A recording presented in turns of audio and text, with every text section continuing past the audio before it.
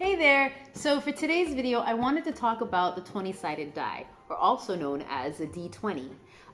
Now, I do want to show you some of the ones that I've managed to collect over time, but I'm also going to give you the history of the D20. So let's get started.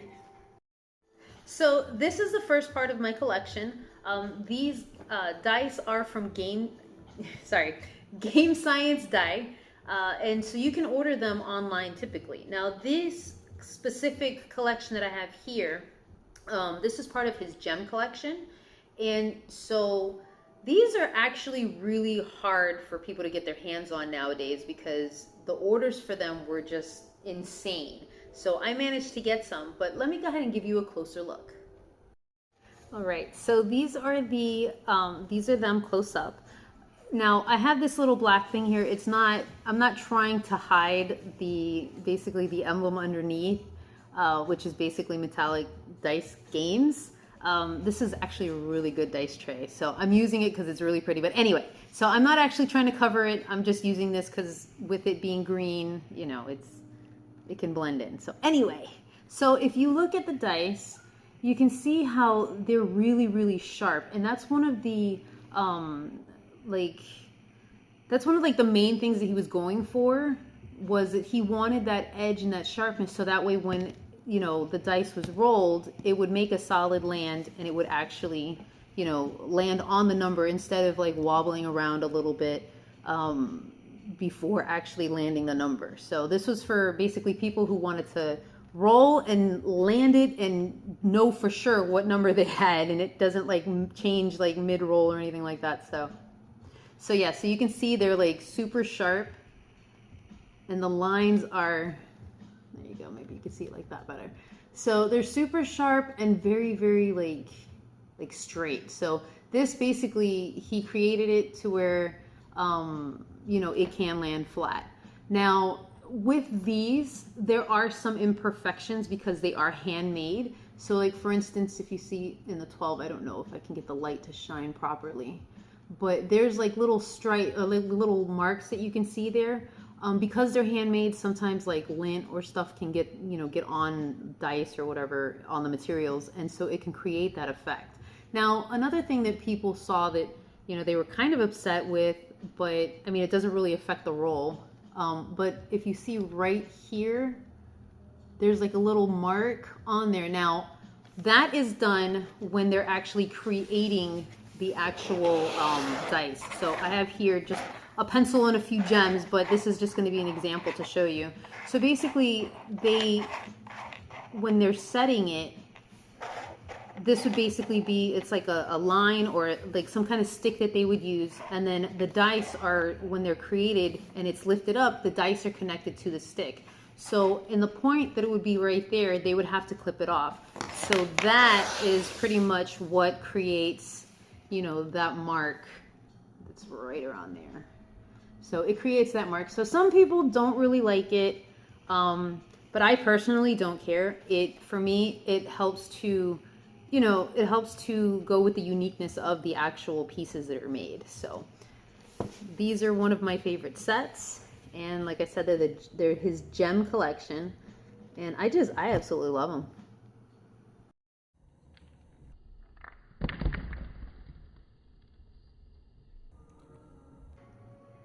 Now, I wanted to roll them so that you could see them and see how pretty they are. These are basically my favorite die. Now, one thing is, as you can see, let me see if you can see it. Right there, you can see the number. Now, I liked them where they didn't have the filling portion of it because I wanted it to have the gem style. But when ordering the dice, you can actually get those filled in, or you can fill them in yourself too. So yeah, but I like them this way.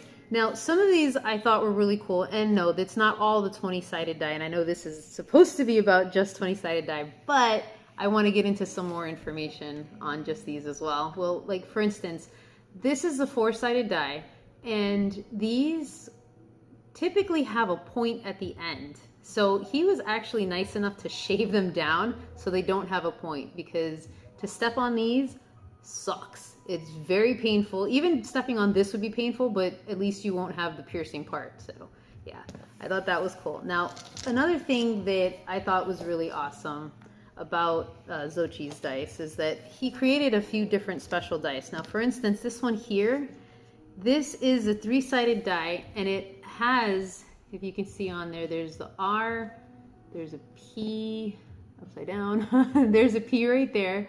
On the other side is an R, and then they have an S. So this is a die that you could use for like rock, paper, and scissors. So I just thought it was really cool. And so it's another one of those that he created. And then finally, this one here, this is actually a 5-sided die.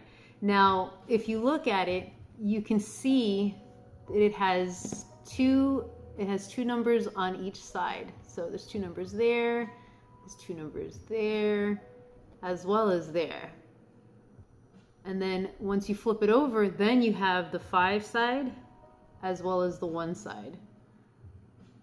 So yeah, so you have those available. So let's see if I can land it. Because there, actually landed on the first try. So there you can see it landed with this top up. So that would mean that you rolled a 4. So I thought these were really cool, and you know, just kind of wanted you to see them as well, especially up close. So the next ones I have here are by Chessex.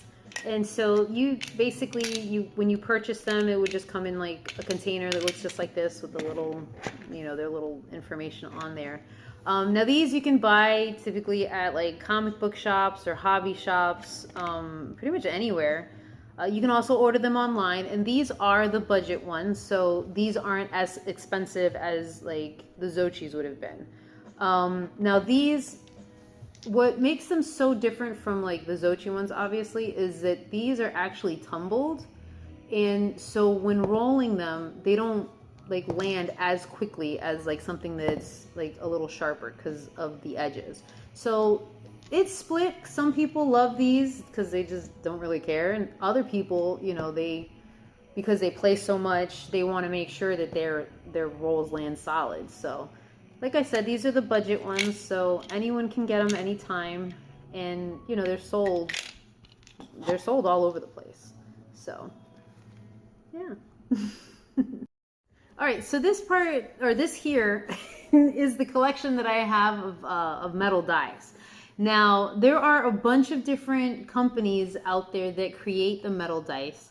Now, 2 that I wanted to bring up would be Foam Brain Games, who made these sets here. And then the other one that I like, I don't have my item from them because I can't seem to locate it, but that would be Skull Splitter. Now, these are really, really cool. I absolutely love them. I love how sharp that they are. And because they're metal, I definitely wouldn't recommend just rolling it straight onto a game board or even a table, because if tossed at the right height, these can actually dent. So I would definitely not do that. But let me go ahead and let you hear it. So yeah, so even if you're rolling a 1, it's still a crit, just because of how heavy these things are. Now, I do have another one, which is my Big Bertha paperweight, and it should only be used as a paperweight, but that's this one. Now listen to this. Now that's even heavier because it's an even bigger die. And this is a 20-sided die as well. This one, I don't remember the company where I got it. I believe I might have picked it up at the same table as Skull Splitter, but I don't know if they actually created this one. But yeah, this is one of my other favorites just because it's so big. So this one is my boulder paperweight, if you will, because it's just so damn heavy. But yeah, those are my metals. There you go. So I just kind of wanted to show you like them actually like landing and rolling. But also wanted you to hear, I wanted you to hear the sound of them actually thumping. Now this is what the number 4 looks like, what a typical number 4 die looks like, and this thing is sharp and it hurts even in your hand. So always be careful with that one.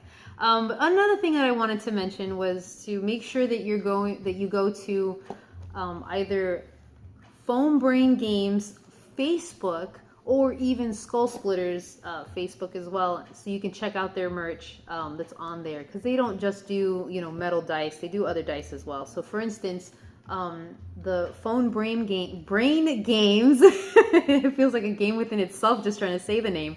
But they actually have a few other very unique looking die where they have like little designs that they've placed inside. So I would say it's kind of like a Chessex, but maybe better because of the uniqueness and how pretty some of their dice are.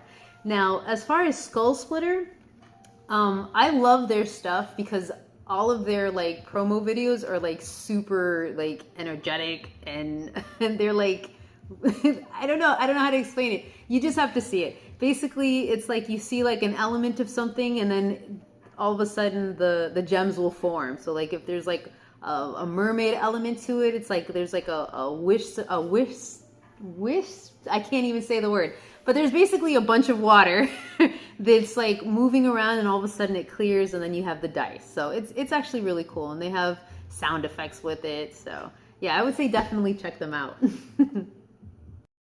So this set here is probably my most elegant set that I have.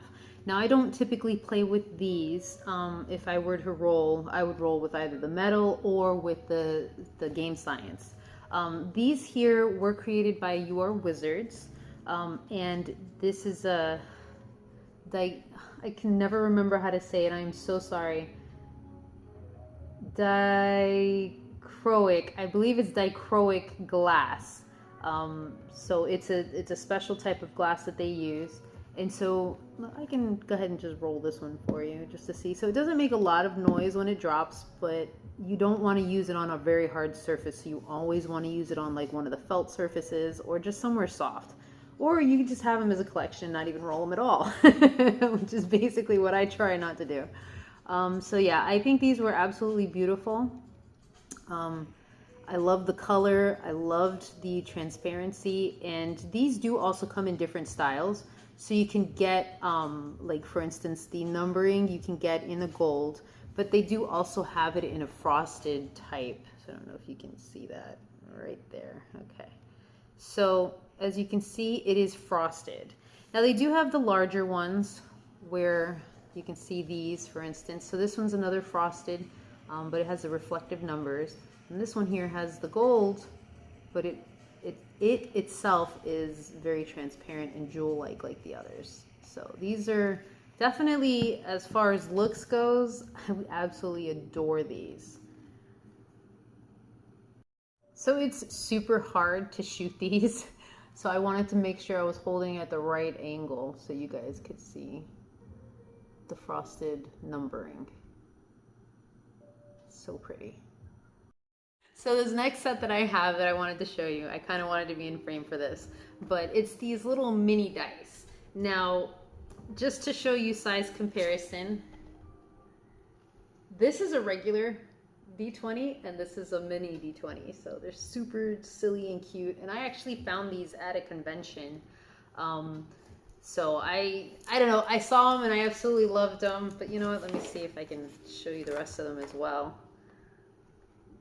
So, and there they are. So you have the little tiny 4 and all of the other shapes as well. So yeah, so my favorite of course is the D20 and how tiny it is compared to the other ones. So these are just like little funny collectibles. I mean, you can actually use them to play any of the games, but the numbers are just so small and they're just so tiny though. They could get lost really easily. But another thing that I have, that as you can see, I love them so much that I actually have jewelry as well. So I have my D20 earrings as well as my necklace. And then when I purchased the actual mini ones, I was given this necklace as well. So it's like a little mini one. So yeah, so I love these things. But now let's go ahead and get into the history. So as you can see, over time, I've collected a lot. Now, let's go ahead and get into the history of the icosahedron. Now, we really don't know exactly where it came from, but this one here, this particular one that I have here is actually by You Are Wizards as well, and it doesn't have like numbers, so it's literally just the shape of the D20. Now I know back in the 1970s, D&D had come out, and since D&D has come out, there are a bunch of different tabletop games out there. Like for instance, there's Warhammer. Um, the list is crazy long for all the games that use any type of die, honestly. But one thing for sure was that back in, I want to say, the 1960s, one of the creators of D&D, his name was Guy Gax.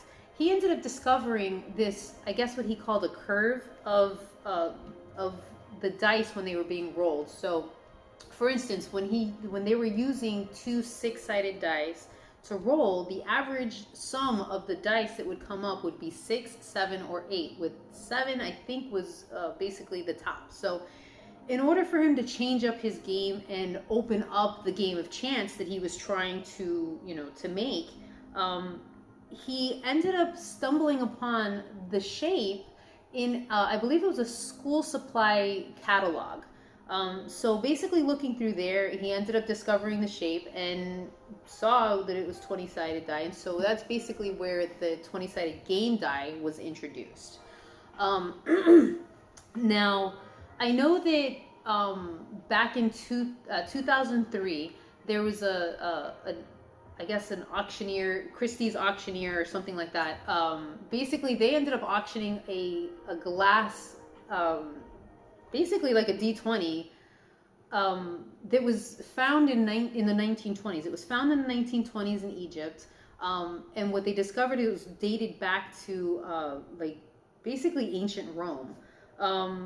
And when they actually like